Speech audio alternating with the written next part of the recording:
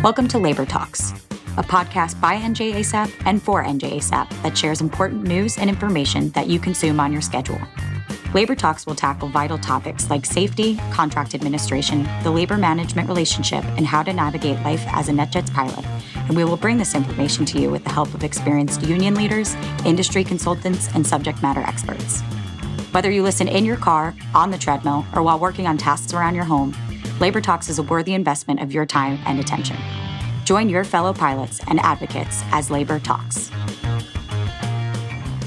Welcome to Labor Talks. I'm your host, Clare, Carey, and Mentor Program Chair, Captain Sara Cort, is joining me for episode 2 of Did You Know?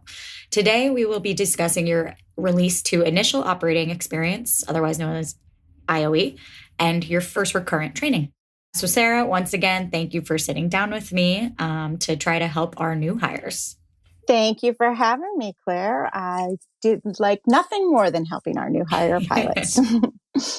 All right, Sara. So I am a new hire. I've just finished type training and I travel home from type training. What are my responsibilities following that? Because I have not yet been awarded a schedule and I'm awaiting IOE. That's a great question, and it's a very important question. You are guaranteed 5 days off after your training. Your travel home day is not included in those 5 days off. So you have 5 days just free as a bird to sleep in, do whatever you want. Day 6 is the first day that the company could send you out on IOE. Now, something that's a little complicated, and you will learn to either just hate it for your whole career at NetJets or just embrace it. And that is that you are responsible to look at your company phone at 6 p.m. before your first day of work or potential work, which is what day 6 is in this instance. And if you're ready, I can go through all of the different things that you could find out on that company phone on the 5th day. I would love that. So, okay. So I return from type training. That's my travel day. And then go to sleep that night, and then it begins day 1 of my off days home before I'm obligated to check in for IOE. So then we go through the 5 days, and now you're saying at 6 p.m. on day 5, I have to check my company phone. So what would I be looking for on that device? So what you're looking for, and let's just make it easy. You do your loft flight in the simulator on Saturday. You travel home on Sunday, Monday through Friday, that's 5 days. Saturday, you're eligible to go on IOE. So Friday night, you need to check that phone by 6 p.m. There are a few different things that can be done. The company will send, and it's generally about 4:30 in the afternoon, 4:45, and this is your local time, your base local time, an email that will say, tomorrow is not a work day, and go do whatever you want. And then tomorrow, check again. If you are going on IOE on day 6, and it doesn't happen a lot, but it happens, you will get on your Waypoint app. And that's the app that I think of it as looking like an anchor, but I don't know what other people think of it. It's right there on your company phone. And you will get what we call a brief. Now, you got those in the simulator. You got those through an indoc. You acknowledge them. That's the kind of brief you'll have. If neither of those two things occur, then you need to call scheduling. And that is a number that you are, again, going to learn to just love, and ask them for a verbal briefing, or just say, am I working tomorrow? What happens sometimes, and this can become very complicated, sometimes there will be a delay in your paperwork getting sent to NetJets from flight safety. And in that case, they have not gotten you onto the queue for those emails that say tomorrow's not a work day. And that would be the reason you would not get either an email or a Waypoint brief. Okay, so it's not unusual to not see that email immediately following your 5 days off. Yes, don't freak out. Right. You should expect your mentor to give you a call after you finish flight safety. Now, sometimes schedules change, something changes and your mentor may not realize that you have finished flight safety, call your mentor. Say, hey, I just finished flight safety. I just got my type grade. And they will say, congratulations. And then you can talk all about IOE and all of these questions will come up then also. So you're not alone. If you have any questions, call your mentor. If they don't answer, call Ron or myself. That's Ron Wagner, who is the co-chair of the program. And if neither of us are available, we're all pilots. We could be in airplanes. Go ahead and call that steward on duty. The number you should have put in your phone during the new hire dinner. And you can also find very easily on the NJASAP app. So, Sarah, I've heard that for some people, waiting for IOE can take anywhere from a month to, less fortunately, 6 months. Let's say I have, a family member's wedding at some point while I'm awaiting IOE. Are there ways I can request off for that event? Absolutely, yes. So there is a crew capacity is what it's called. And they are the ones that will be scheduling your IOE. So it's just one big word, crew capacity at netjets.com. And that is where you can request a day off if you've got a long wait for IOE. It could be that you have a doctor's appointment, you're closing on a house, some important date. I would caution to use your asks wisely. I wouldn't be sending, can I have this day off every week? But certainly, NetJets understands that it is tough to sit there and have to wait until between 4:30 and 5 every day to find out whether you're working or not. And I assume you would recommend that someone either reach out to their mentor or the steward prior to sending that email? Sure. Yeah. It's not that hard to do, but, like the advice of don't ask for a day every week and how to word things, make sure that it is a polite request, and also how to react if they say, oh, I'm sorry, but you're next in line and I've got you paired with a captain already. Then you say, thank you very much. I will await my brief. All right. So preparing for IOE, what steps can I take to set myself up for a successful IOE tour? It's the same as going to flight safety. The flows, because they're so new when you just get out of your initial training in the sim, you can lose them very easily. So those flows, you should still have a cockpit poster. Just, not the first 2 or 3 days. Because you need a break. The training is very, very tough. But after the first 2 or 3 days off you're talking about? Yes, I'm sorry. Yes, the first 2 or 3 of your 5 days. But especially if your weight drags out, know those flows and call outs, know your limitations and immediate actions items. Of course, those are on your QRC, and all of this is in Comply. And know that stuff. You want to hop into your IOE seat with a good first impression from your training captain. And being able to do that stuff seamlessly is going to help a lot. Mm-hmm. So obviously now we're going to be in the airplane for IOE as opposed to the simulator for training. Is there any specific operational things or airplane specific things beyond the mechanics, I guess or the physical operating of the aircraft that one should kind of look at within their Comply to prepare themselves for actual operations on the road? Absolutely, yes. One thing is you may have noticed that there's no cabin in the simulator. There are no wings. And so you can review your duties in Chapter 2 of the FOM, and the SIC duties. You will notice your duties are not to do the outside walk around, but to do the inside cabin pre-flight. Now, you're not just going to be thrown into IOE and the training captain says, okay, go pre-flight the cabin. Where's the fire extinguisher? That's not how they do it. You will get what we like to call the big pre-flight. There should be 3 hours scheduled. As soon as you meet up with that IOE captain, wherever it may be, your first 3 hours of duty should be the big pre-flight where your IOE captain will show you everything.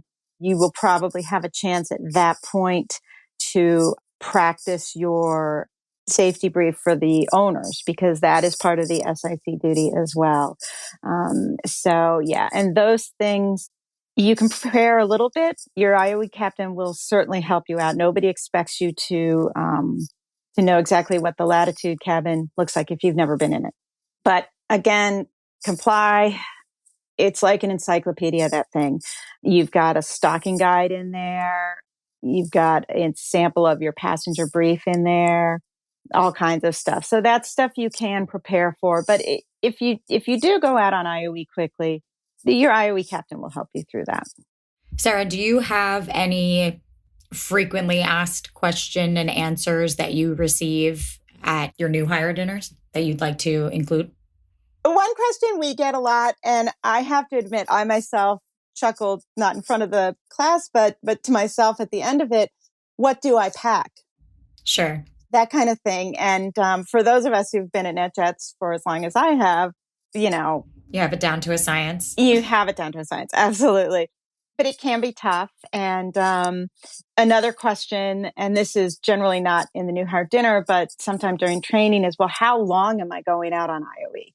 And those two are related, obviously, because however long you're going to be on the road is going to kind of dictate what you pack. But the answer to how long am I on IOE is up to 7 days or more. So when you start at NetJets for indoc, for initial, and until you finish IOE, you are on what is called the training schedule. A lot of people will refer to that as the 72-day schedule because it follows most of what the 72-day schedule has, meaning that you get 72-day pay rate and that you work a certain amount of days per month. However, they can give you more. But basically, you work when the company tells you to work, especially waiting for IOE. They cannot schedule you for more than 7 days. But if they say, hey, you're going out for IOE with Training Captain Joe, and you're going out for 5 days, and then on day 5, Joe goes home and Training Captain Susan comes along, and they say, oh, we're going to keep you out for a couple days because Susan's free to be your training captain now. That is not extended day pay. That is their choice. They can extend you to 7 days. Now, if Susan says, hey, I've got another day of duty, why don't you extend and stay with me? If you work 8 days, you do get an extended day. And I realize this is incredibly complicated. Even the idea of the extended days is complicated. These are things to ask your mentor. But when it comes to packing, you want to always be packed for 7 days, no matter how long they tell you that they're sending you out. And most people only bring one blazer on the road. I think we talked about this a little in the last one. 2 pairs of pants and 5 to 7 shirts. I take 7 shirts because I'm a spill maker. So, I'm constantly spilling Got the coffee drips all over. Right. It's never water. It's always coffee. Always coffee, right. So, and you have to be, it's the wintertime. It's good that we're doing this at this time of year, because in the wintertime, you have to be prepared for Sioux Falls. Where is that? South Dakota, I think. One of the Dakotas. Yeah, somewhere cold. Minnesota, let's just make it easy. You have to be prepared for Minnesota and the Bahamas. Yes, you do. So you have to be, pack accordingly so that you have something to wear in both places. Yeah, packing is definitely a science or a skill that gets honed with time here. Yes. And, if you want to work out, you bring workout clothes. I know a lot of people will, they'll use the t-shirt they wore to go to the gym so that you don't need so you just need gym shorts. You don't need shirts. So, like the undershirt they wore? Yeah, like the undershirt you wore today. If you go to the gym after you fly, they just wear that undershirt to the gym, and it cuts down on the packing a little bit. So. I swear we could probably do a whole episode on packing hacks. I know, and everybody does it differently. Everyone does it differently. Some people do their laundry or bring like little soap sheets and Yeah. whatnot. It's interesting to hear everyone's tricks. Yeah. Anything else you feel the new hires should be aware of prior to IOE? Study and be ready. Your electronic devices, we refer to them as an EFB, electronic flight bag. So you are responsible for those being up to date with the latest version of all of the myriad of apps that are on there. You're responsible to show up with them charged up so that they are usable. And just to make things really complicated, on Waypoint under quick links, you can see what all of the latest versions of your operating system, iOS and Waypoint and Comply and all of those things under a conveniently titled Flight Revision Status Report that then has an EFB option. Perfect. Yes. And that can also be found under Comply. Comply has to be synced before you head on out on the road. And that just means that you open it and it should automatically sync. If it doesn't, there's a button you can just press. And then you may or may not have some additions or revisions or things from the company that you have to comply with reading. But those will be when you open it. So I go to work on Saturdays. So on Friday, I check to make sure everything is up to date. And that's going to be your your Comply, your iPreflight Genesis, and your Jet Flight Deck Pro. So those are the main ones. And again, when you go to your first day of IOE, you're not expected to be an expert at being a NetJets pilot. That's what IOE is for. But if you show up your first day of IOE and every single thing on your phone and your iPad is out of date and your iPad's at 50%, that is not going to start your training experience well. Now, if you go and you say, oh, I updated this, this, and this, is there anything I'm missing? That's fantastic, right? Your IOE captain is going to say, oh, great job. Looks like you missed Genesis. Let's do that now. So that's the way to get yourself started off on the right foot. That's a helpful tip. I have another one. Oh, let's hear it. I don't know if this is the appropriate time.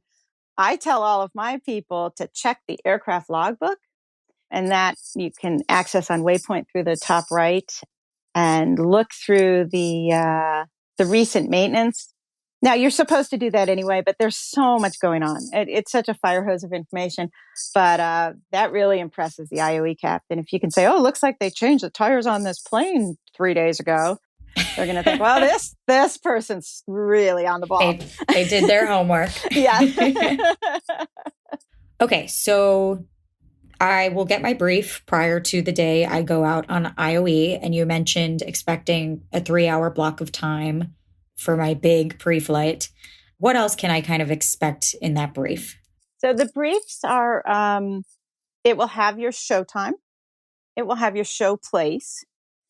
And it's difficult sometimes to figure out the show time because it's up there on the top and it's kind of hidden a little bit. But make sure you know your show time. Make sure you know your show place. And if your show place is the FBO, if you're supposed to show at 8 a.m. at the FBO, and this would be your home base FBO, you're supposed to be there at 8 a.m., right? If you're supposed to show up 8 a.m. at the terminal, and by be there at 8, I mean not in the parking lot, sitting in the FBO. If you're supposed to show up at the terminal, same thing. Not on the bus riding in from the parking lot, not on the bus riding in from the FBO, but at the terminal. You don't have to go through security, but at the terminal. I like to say the front door of the terminal. You can walk inside if it's cold out, but so the show line will tell you when your show is, and then it will tell you what you're doing. So it will say crew travel, and it might have an airline, especially JFK, Teterboro, places like that. You may have some kind of transportation, ground transportation, and it will describe what that is. Often you will see that when you try to click on the ground transportation and see if it's a rental car or a CLS or something like that, there's nothing there. And that's because they don't bother booking that stuff until closer to the time in case things change. And that's fine. It can take a little while to get used to kind of not knowing. But if you are in your show place at your show time, you have no worries. And then if you have questions, don't be afraid to call scheduling. And they can be accessed through the little phone icon on Waypoint when you go into your brief.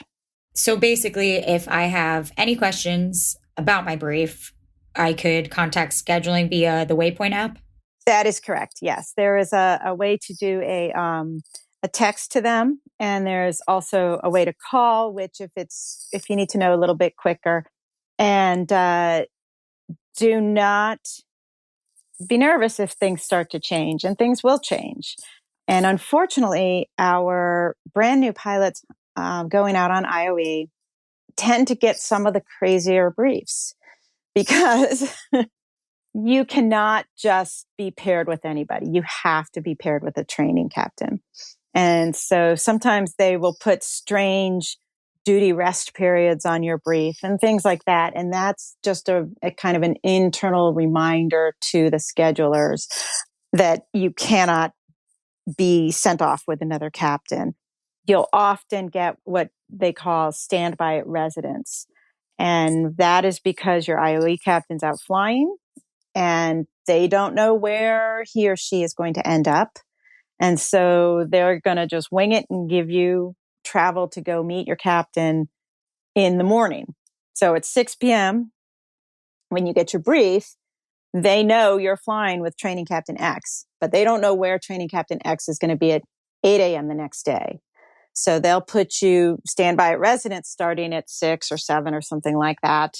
And my advice is whatever time you need to get up to be ready to leave your house when you check in at the house.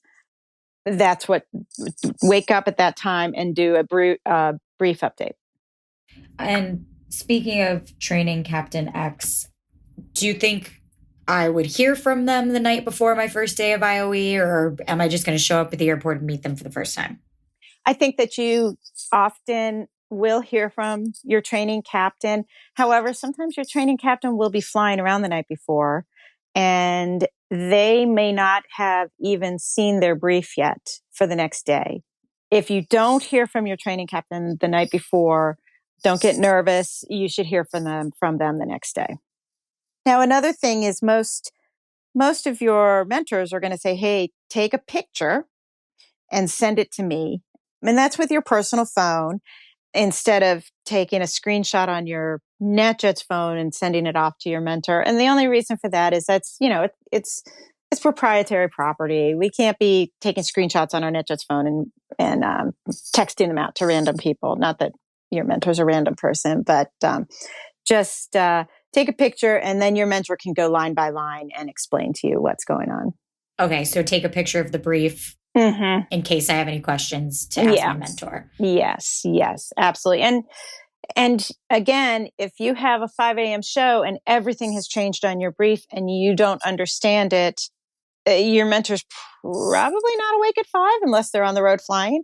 But the steward on duty is always there for you. And, I get a lot of people, they're doing the big pre-flight, the 3-hour pre-flight, and they don't have a trip scheduled. So there's no FBO on there. And so they airline in to say Denver, and they don't know where they're supposed to go. They know they're supposed to go to an FBO to do the pre-flight.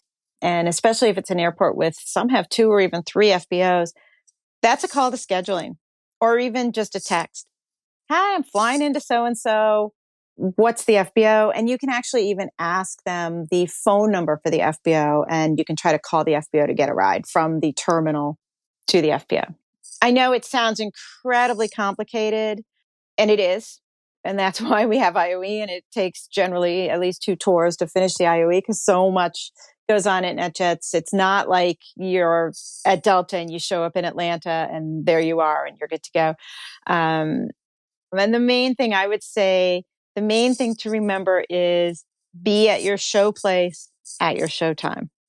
And if you are there, then you are as close as you can possibly to be to where you're supposed to be. Now they can change your schedule and say, oh my gosh, jump in a cab and go here or there. So, and one last thing, sorry, I'm talking a lot, Claire, but do not forget to order food. Oh, that's good advice. Yeah. It can be a long day if you don't have anything to eat. Yes, it can. And unless your first duty of the day is an airline, I highly recommend ordering food at the first place you are able to get it from. Absolutely. Because you don't know if your schedule is going to change and you don't want to be chasing food all day. And IOE, you could walk into it thinking, I'm big, I'm bad, I'm tough, I've got this down, but it is tiring. It's tiring. So you're going to need your energy. You're going to need your food. Take care of yourself. Yes. And some of our new hires might not even have figured it out yet, that we have 3 crew food options. The company automatically puts you on option 1, which is the option where you can order crew food from them. And it is their responsibility to make that crew food follow you around the country, even if your schedule changes. So if you say, okay, I'm supposed to be in Minneapolis at noon, I'm going to order lunch at noon, and they send you to Denver, it's their job to get that food at Denver. So my advice, I'm not going to go into all of the complications of the 3 crew food systems, but my advice is at least through IOE, stay on 1. Absolutely. Yeah, I would double down on that. Stay on option 1 for crew food in IOE. And as this series progresses and as your time at NetJets progresses, we will walk you through option 2 and 3. And as I get the notes in front of my face regarding the details of option 2 and 3, I can talk you through them. Perfect. Excellent advice. All right. So fast forwarding from IOE to recurrent training, what can I kind of expect there? I guess how long after my initial can I expect my recurrent? Well, that's a good question. And fortunately, I don't have a perfect answer. The idea is to get everybody in between 6 and 9 months. I know some people do get stretched a little bit. And it all has to do with sim slots, but you should expect I would be ready for it anytime after 6 months. And by being ready for it, that just means looking at your schedule. You may not have noticed on the crew leave balance section of your vector that during your training, you had all kinds of N's and G's for training, travel, and training days and things like that. That's what you'll see on your schedule when you are scheduled for IOE. I'm sorry, when you're scheduled for recurrent. You will see the training and travel day nomenclature on your crew leave balance. And then how long? So I can expect a travel day, training days, followed by a travel day. And how long is recurrent? So recurrent is a 7-day footprint. So you travel on day 1. You go to the Bridgeway Avenue, which is the same place that your indoc took place. And it's the room next door to where you did indoc. And you'll have a full day of kind of NetJets training. They'll have a bunch of people come in and present anything from cybersecurity to the safety department to people who talk about reading charts and things like that. And then day 2 is also ground school, and you will generally do half of that day at NetJets at Bridgeway Avenue, and then meet your fleet program director somewhere. Sometimes it'll be over at Bridgeway for lunch, basically, and sometimes it will be over at Flight Safety, and they will kind of give you an overview of all the changes, all the updates, things that have gone on, so that if you maybe, like I did, went on vacation and missed one of your fleet program director newsletters, they'll kind of talk to you about all of the hot topics that are going on, things like that with your fleet specifically, not all of NetJets. And then that afternoon, you'll do systems. And with the AQP, we split the systems into 2 parts. Now, the nice thing is that I don't know, a week or so prior to your training, there will be a kind of an AQP overview that will populate in your Comply library. And so you can read that and you can know what systems if you want to kind of brush up on them. And then you go into the simulator. And it's 3 simulator sessions. There are 2 different kinds of recurrent that you can do. There's an AQP1 and an AQP2. One of them starts with what we call a maneuvers validation. And that is a little bit more like your traditional check ride. But you just go through all the maneuvers that you're supposed to do. Day 2 is kind of real training. And they will take a lot of things we were doing for a long time, extended envelope training. And that was because of some industry incidents. So they do a good job of seeing what's going on in the industry and giving us some training on things like that. And then day 3, you will do LOE, which is basically just a flight. Each crew member will have a chance to be the flying pilot for that. And it is just a flight. There will be something that is a little bit unusual. It could be a TCAS RA. It could be a runway change. Who knows what it is, but this is not something where engines are catching fire and hydraulics are failing and, you're struggling to get the plane on the ground. They really want to see how you operate and are you doing it by the NetJets SOPs. So you mentioned kind of the company recurrent that happens the first day and a half. Is there any way I can prepare for that? Or is it just kind of coming in and having a discussion? Yeah, it's just coming in and having a discussion. I would prepare by getting a good night's sleep because you don't want to fall asleep in front of management personnel. But it's good advice. There is some preparation that you can do, and this is preparation just for recurrent in general. All the new hires did CBTs or computer-based training or Fox training, whatever you called it, during your in-dock. And there is Fox training or computer-based training with recurrent as well. Now, they do give you time.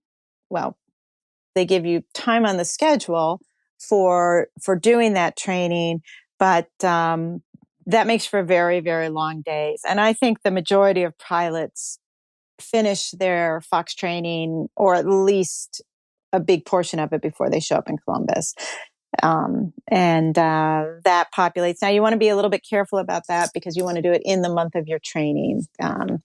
But I believe that the company is getting better and they're populating it into Fox later so people don't get into those problems. Got it. And that's something that probably shouldn't be done while sitting getting management briefings, I imagine. Absolutely not. If anybody has any questions about computer-based training, do it on your computer, one at a time, and actually do it. The company has the ability to see exactly when you started and exactly when you ended those CBTs. And if you have 4 of them that all started and ended at the same time on the same day, that's going to be an issue. So there are no cheats or workarounds. You just do it. Don't think you're original coming up with a new trick.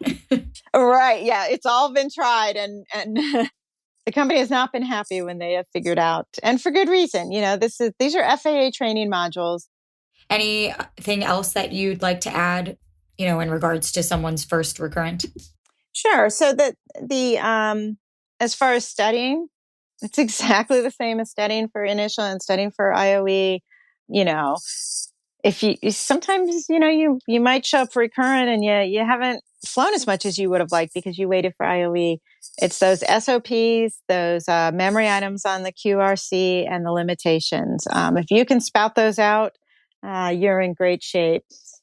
Look and comply at the training schedule and see what systems they're going to go over. And, I still have my notes from my last type rating, and I pull them out and go through them before I go to any kind of training event.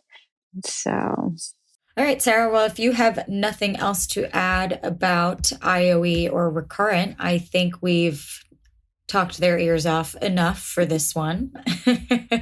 I think so. I feel like I was a little long-winded on this one. Oh, I do have one other thing to add, if I may, and that's about the schedule footprint. For anybody who's on a CC schedule or a 7 and 7, you should be scheduled to coincide with the days of the recurrent.